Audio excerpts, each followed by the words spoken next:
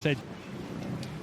So we have race 46 for you. It's a heat of the ladies challenge plate for intermediate club 8s. On this station are the Frenchmen from Aviron Grenoblois and Aviron Meulan Haute-Court from France. And then on the enclosure side, the Berkshire station, where all the people are lined up, it's Thames Rowing Club and London Rowing Club.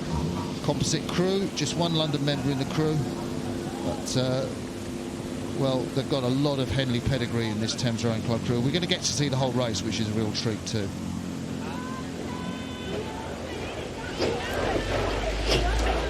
A lot of different vests in that French crew there.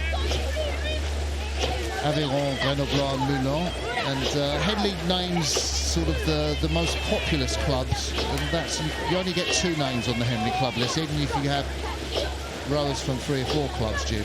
They're both going hammer and tongs to the quarter mile. Thames and London are still at 41 strokes a minute. I think the French crew are matching them, and the crews are this shot slightly deceptive because of parallax error, but the crews are pretty much level at this point. It's a really close race. Thames and London crew slightly bigger. They seem to be using that to their advantage. Slightly slower. They've slowed down to a slightly slower stroke a minute rate. We'll see if that starts to tell as we get towards Bremen. So just a shot there of Louis Drossard, the 23-year-old in the stroke seat with the blue and yellow top. Behind him is the younger brother of Claire Beauvais, Yvan Beauvais, who is just 23 years of age. It's his second time at Henley Regatta, and together with the stroke Louis Drossard, he's come out of the French under-23 team. So in effect, there are 4 lads in this crew from the French under-23 team, and they are racing Thames Rowing Club, who will not be overawed by the French pedigree whatsoever. They may be down at the moment, but this Thames 8 has some real pedigree in them. And over the last few years, Thames men's club rowing has dominated the Thames Cup, the club men's 8 event, and they're stepping up to ladies event. It looks like they've got a challenge on hands this time around as the French crew starting to take the lead. There we see Tony Lester, the 33-year-old in the stroke of the Thames 8. He won the Thames Challenge Cup and then the Visitors Challenge Cup against that never-to-be-forgotten race when Carl Barkley hit the booms, and Thames never gave up, and Lester was in that crew. Behind him, Bill Morehouse, Thames Cup winner with the green sunglasses, the only London Rowing Club member. We can see him with that turquoise cap on up in the bows, Alex Cawthorne, who I think actually did win the Thames Challenge Cup with Thames in 2015, but he's rowing for London Rowing Club now. Talked to Ben Lewis, and he said, look, the steward said, could you put an 8 in the ladies? It's really what you should do after winning the Thames all those times. And so Ben, step up a level, yeah, that's what they've done, stepped up a level. You see in the background there the marquee, that's the Bremen Rowing Club. That's owned by 7 of the rowing clubs on the Thames, 2 of which are in that crew on the top there. So London and Thames are 2 of the rowing club. They'll be getting a huge cheer applause to go past there. See if that does them any good, see if they can start a comeback on terms.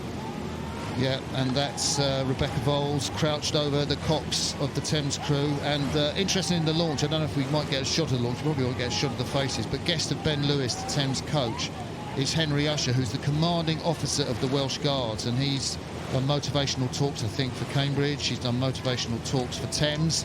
He's a real sort of admirer of that Al Pacino speech in that American football film, Never Give an Inch or something like that. And you can see him there in the launch. There's the umpire, John Hedger, and he will be on the right-hand side of the launch as you look. The Colonel of the Welsh Guards, Henry Usher. You get to meet all sorts of interesting people in this sport, don't you? Don't you just? The French crew enjoying this now. They're 35 strokes a minute, sitting on a 2, maybe 3 length lead as they come into the enclosures, looking really comfortable. That boat really fluid, moving nicely. It's very slick. I mean, I guess these guys from Thames, they've sort of put this 8 together perhaps at the last minute. They're not quite as fit as they used to be. I certainly saw, I think, from Simon Lester, Tony Lester's dad, saying in his tribute when he won that race, was it 2016 or 2017 when they beat Carl Barkley, he said that's his race, he's done now, he's going to retire. Well, he's back here. You can't escape rowing in one way or another. It drags you back in. Absolutely. So we're approaching the finish in the heat of the ladies challenge plate, and we're looking at the French crew from Aviron Grenoblois and Meulan, variety of French clubs. Benoît Pellegrini, Valentine Laborde, Nicolas Gilbert, Jeanne Zeman, Maxime Tollet, Andra Zeman, Yvan Beauvais, Louis Drasser, and the Cox Elsa Taboulé. There you can see her back, and they are just about 150 metres from the finish line, and they have really powered away from the men from Thames Rowing Club and London Rowing Club, that composite crew. And the French crew will progress serenely through to the finish line.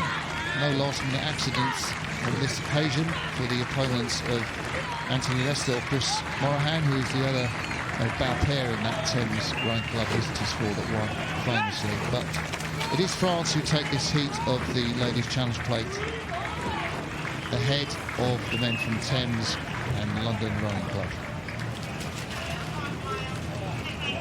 So, confirmation, Aviron, Grenoblois and Meulan take that heat of the ladies.